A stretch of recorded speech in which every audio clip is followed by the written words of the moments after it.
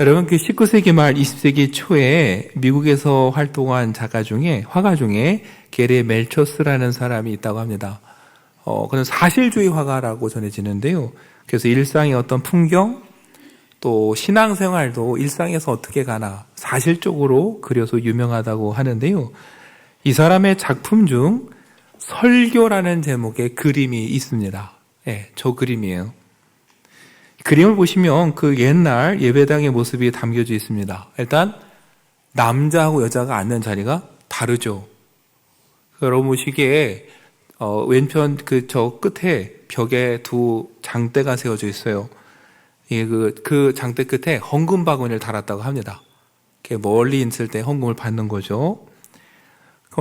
여러분, 그래서 사람들이 전부 대부분 어때요? 앞을 보고서 이제 설교를 듣고 있는 장면이에요.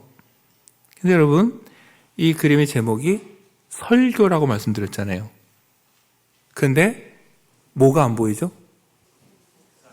예, 설교자가 안 보입니다. 목사님 안 보여요.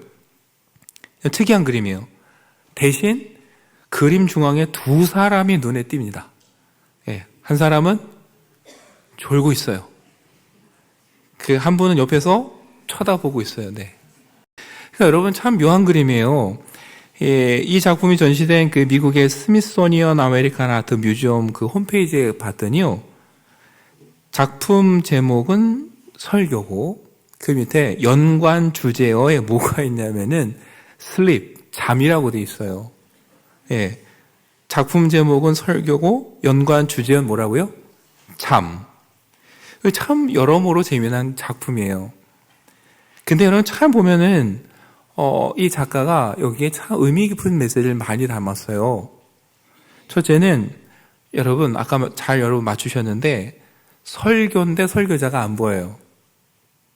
그건 그 무슨 뜻일까요? 진짜 설교의 핵심은 설교자가 아니라 그를 통해 전해지는 보이지 않는 하나님의 음성, 메시지가 설교의 핵심이라는 거예요. 두 번째, 어떤 기대와 마음으로 이 예배에 참여하고 있느냐, 이게 또 하나 중요하다는 거예요. 그런 면에서 여러분 아까 졸고 있는 여인 어떻게 보이세요? 그 옆에서 노려보시던 그 나이 든 권사님처럼 어떻게 졸 수 있어? 예배를 어떻게 이렇게 드려? 라고 분노할 수도 있죠. 또 한편으로는 여러분, 예수님의 말씀이 떠오른다고 볼 수도 있어요. 예수님 말씀하셨죠. 수고하고 무거운 짐진 자들아 다 내게로 오라. 내가 너희를 쉬게 하리라. 또 이렇게 보면 어때요? 야, 세상에 수고하고 무거운 짐을 지고 지쳐서 일하다가 오늘 이 주님의 집에 나와서 정말 저렇게 쉼을 얻고 안식을 누리는구나, 이렇게 할 수도 있죠. 네, 그렇다고 여러분 예배 시간에 다 주무시면 안 되고, 네. 어떤 마음으로 바라보냐에 따라서 해석이 다 달라지는 거예요. 예전에 한 신문에 매주 유명한 그림을 하나씩 소개하면서 이렇게 설명해주는 글이 연재가 된 적이 있어요. 그때 이 설교라는 작품이 거기에 나왔습니다. 거기 글을 쓰신 분이 이렇게 썼어요.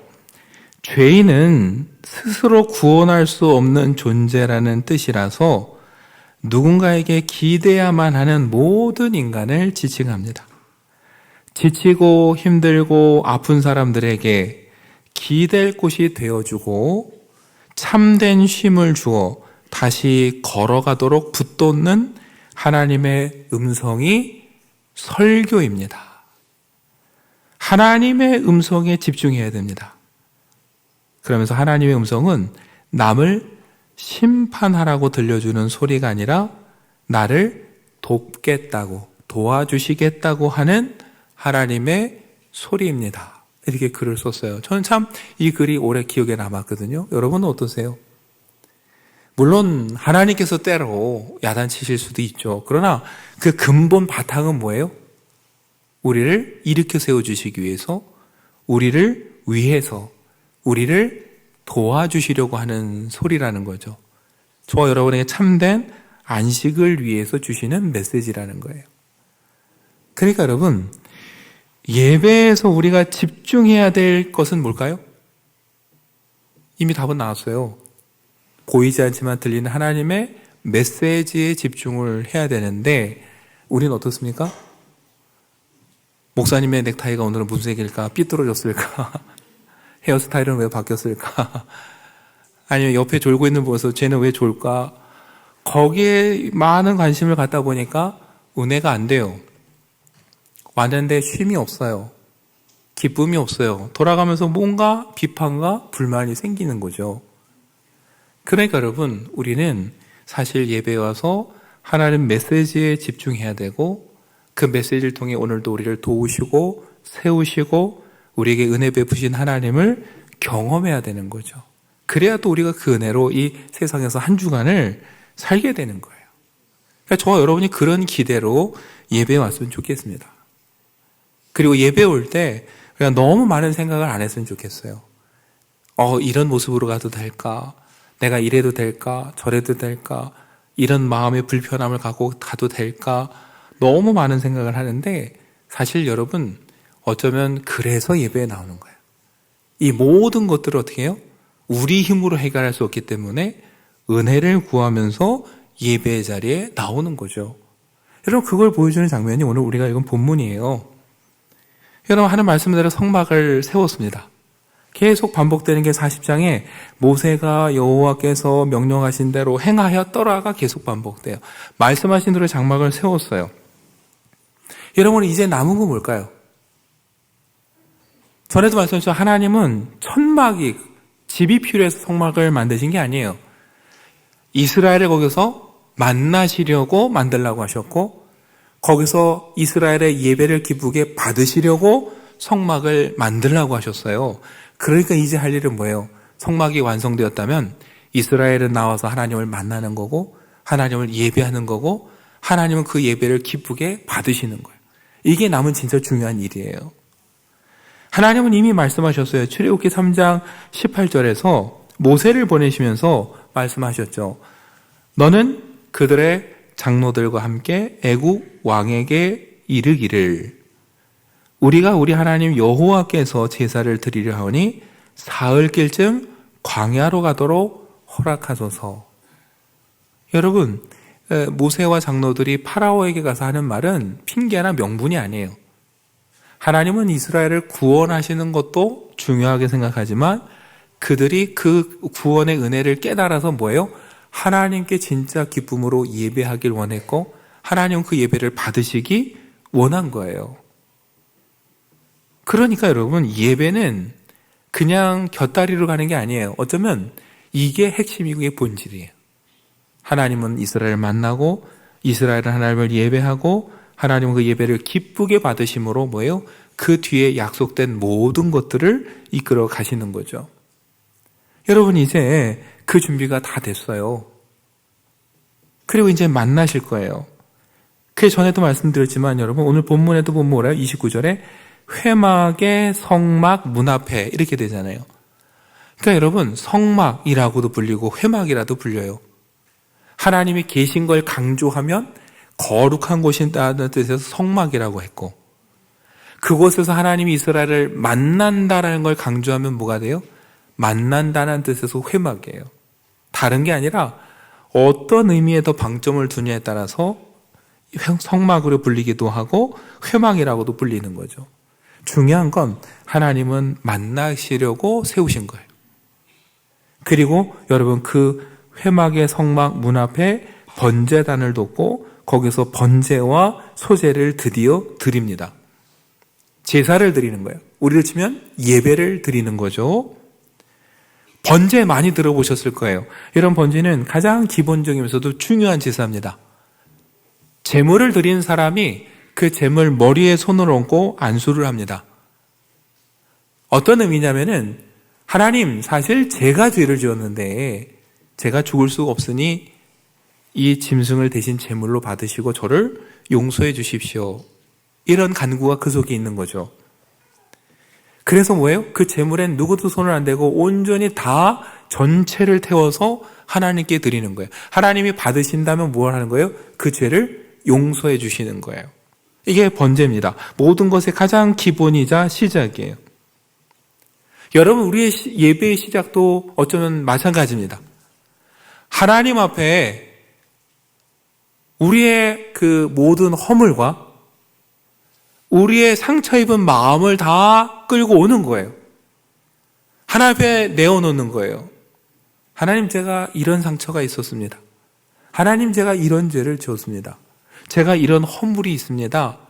여러분, 그대로 나와서 하나님께 인정하는 것이 예배의 시작입니다. 그걸 또 보여주는 게 뭡니까? 그 다음 30절부터의 말씀이에요. 물두멍을 또 만들었어요. 거기서 뭘 하느냐? 모세와 아론과 그 아들들이 손발을 씻고 하나님 앞에 나갔습니다. 맞아요. 하나님 앞에 나가려면 깨끗해야 돼요. 근데 중요한 건 여러분, 깨끗해 되는 건 누구의 능력입니까?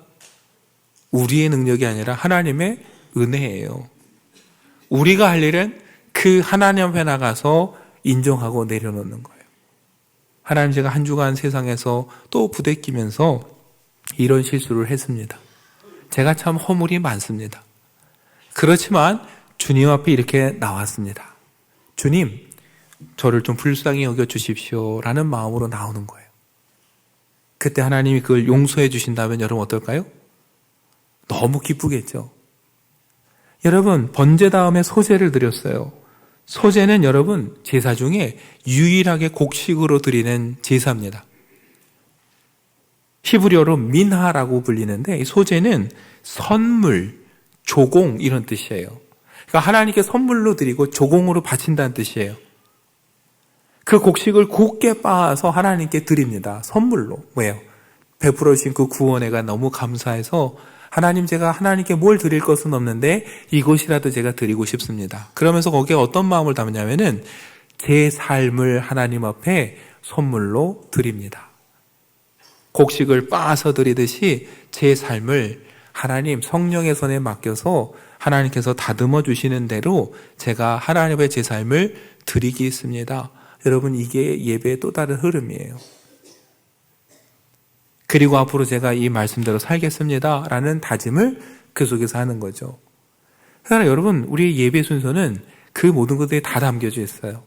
하나님 앞에 나와서 죄의 고백과 함께 우리가 이런 연약함이 있음을 고백하고, 그럼에도 불구하고 우리를 구원하신 하나님의 은혜에 너무 감사해서 기쁨으로 찬양하고, 그리고 예배당을 나가면서 어떻게 돼요? 끝나는 게 아니라 하나님, 그 은혜에 감사해서 제가 앞으로 이렇게 살겠습니다라는 결단으로 우리가 다시 세상으로 나가는 것. 이게 예배입니다. 시편 116편 보면 시인이 이렇게 말하죠. 주님께서 나에게 베푸신 모든 은혜를 내가 무엇으로 다 갚을 수 있겠습니까? 이 질문은 뭐예요? 사실은 갚을 수 없습니다 라는 답. 그래도 제가 할 수 있는 걸 뭔가를 하고 싶습니다 하면서 13절에 뭐라고 그래요?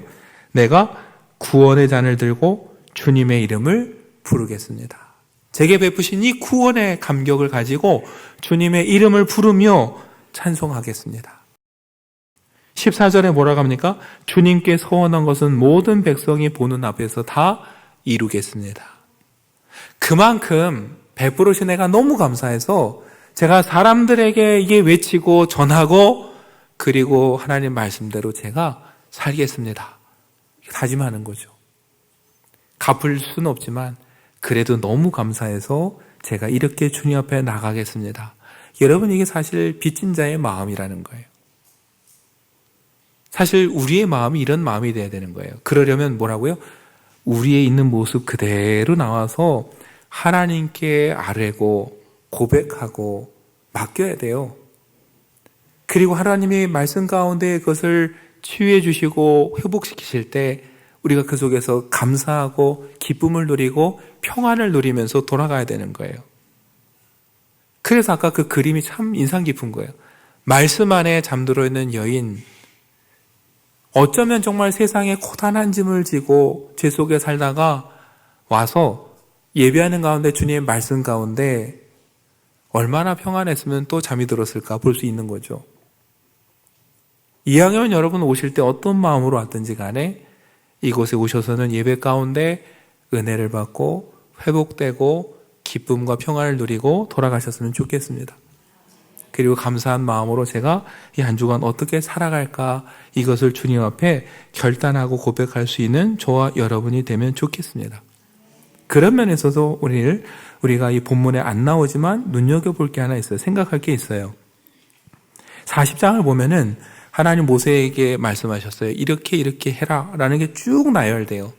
그 나열되는 것 중에 하나가 아론과 그 아들들에게 옷을 입힌 다음에 기름을 부어서 제사장의 직분을 행하게 하라, 이렇게 말씀하셨거든요. 그리고 그 뒤에 모세가 한 일들이 그대로 열거됩니다. 근데 여러분, 오늘 우리가 읽은 본문 보시면 아론과 아들들이 물두멍에서 손을 씻은 이야기는 있습니다. 그러나 그들에게 기름을 부어서 제사장의 직분을 행하게 했다는 이야기는 없어요. 다 하나님 말씀대로 했는데 그 말씀만큼은 없습니다. 그냥 손을 씻고 들어갔고 모세의 주도하에 제사를 드렸다고 돼 있어요. 그리고 여러분, 아론과 아들들이 언제 제사장으로 기름 부어 세워지느냐? 레위기 8장에 가면 그렇게 비로소 제사장으로 세워집니다. 여러분, 그러니까 시간적으로는 아주 먼 시간은 아닌데요. 순서로 놓고 보면 어때요?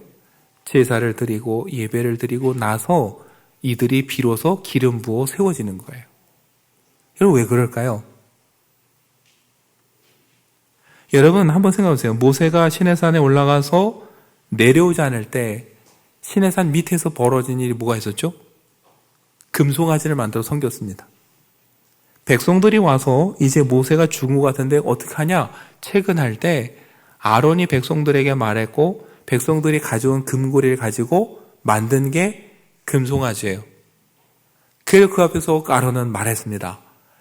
이가 우리를 여기까지 인도했다 하면서 그 앞에 같이 뛰놀았어요.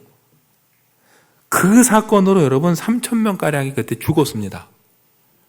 근데 여러분, 책임을 묻는다면 누가 사실 책임이 제일 커요? 아론은 그 책임을 면할 수가 없어요.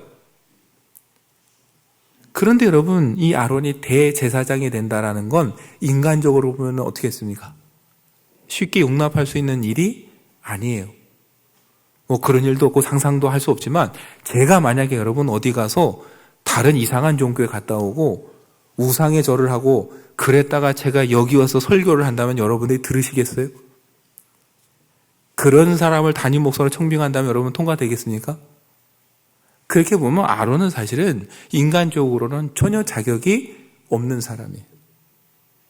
근데 그들이 대제사장이 된 건 결론은 뭐예요? 전적으로 하나님의 은혜예요. 은혜. 그러기 위해서 이들이 할 일은 뭐예요? 나와서 예배하는 거예요.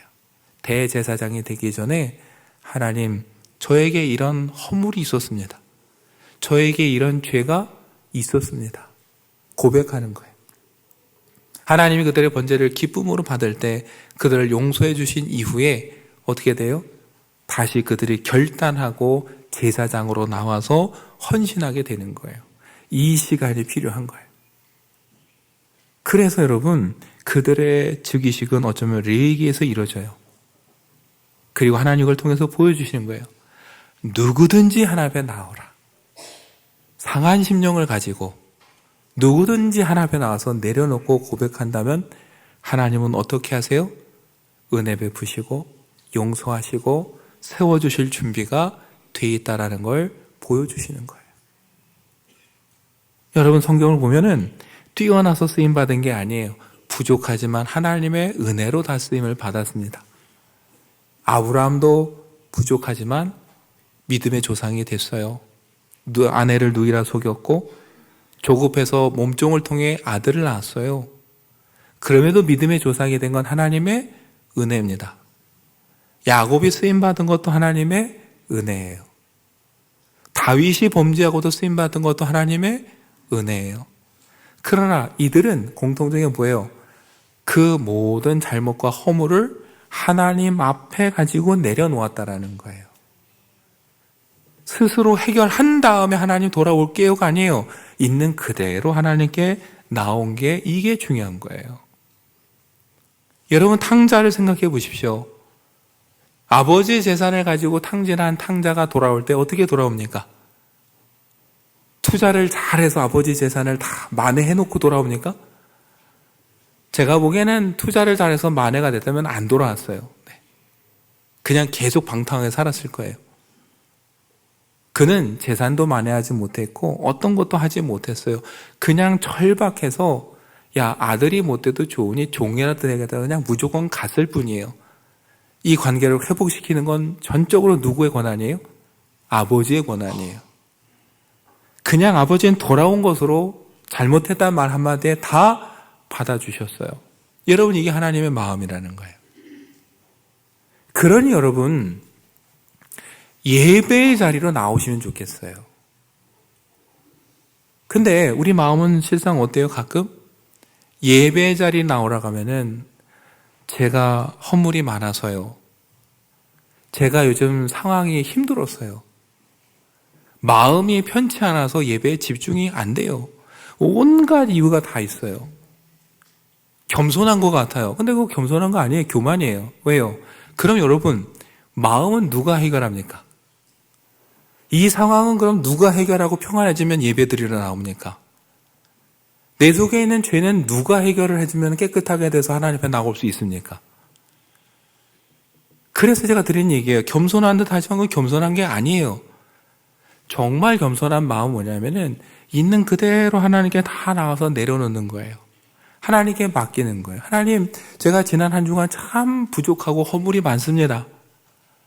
이걸 제가 어떻게 할 수 없습니다. 그래서 하나님 앞에 갖고 나왔으니 주님, 우리를 용서해 주시고 다시 은혜 베풀어 주십시오.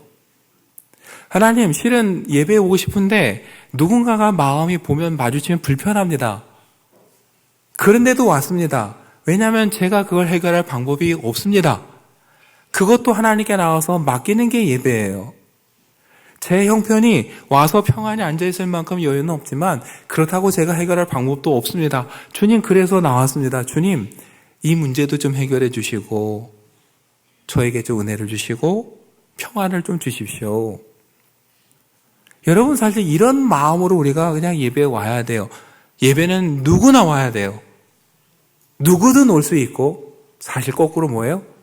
죄 있고 허물 많고 삶에 지친 사람이 와야 되는 거예요. 와서 은혜로 다시 회복되고, 그래서 기쁨과 감사로 세상에 나가야 되는데 우린 반대로 생각해요.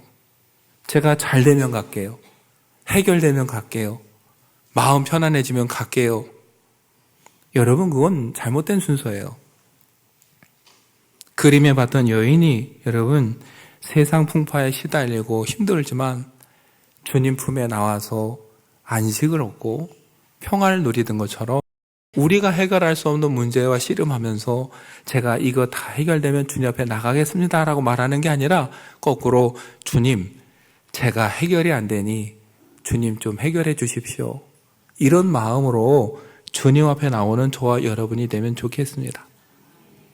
그리고 빛 대신 주님 앞에 나와서 우리의 허물도 있는 그대로 고백하고 깨어진 관계도 고백하고 내 상처받은 마음도 고백하고 내 어려운 형편도 주님 앞에 그대로 아뢰면서 주님께서 다시금 회복시켜 주실 그날을 꿈꾸면서 저와 여러분이 한 걸음 한 걸음 나간다면 주님께서 예비하신 은혜로 저와 여러분을 채우시고 회복시키시고 이렇게 세워주실 줄 믿습니다.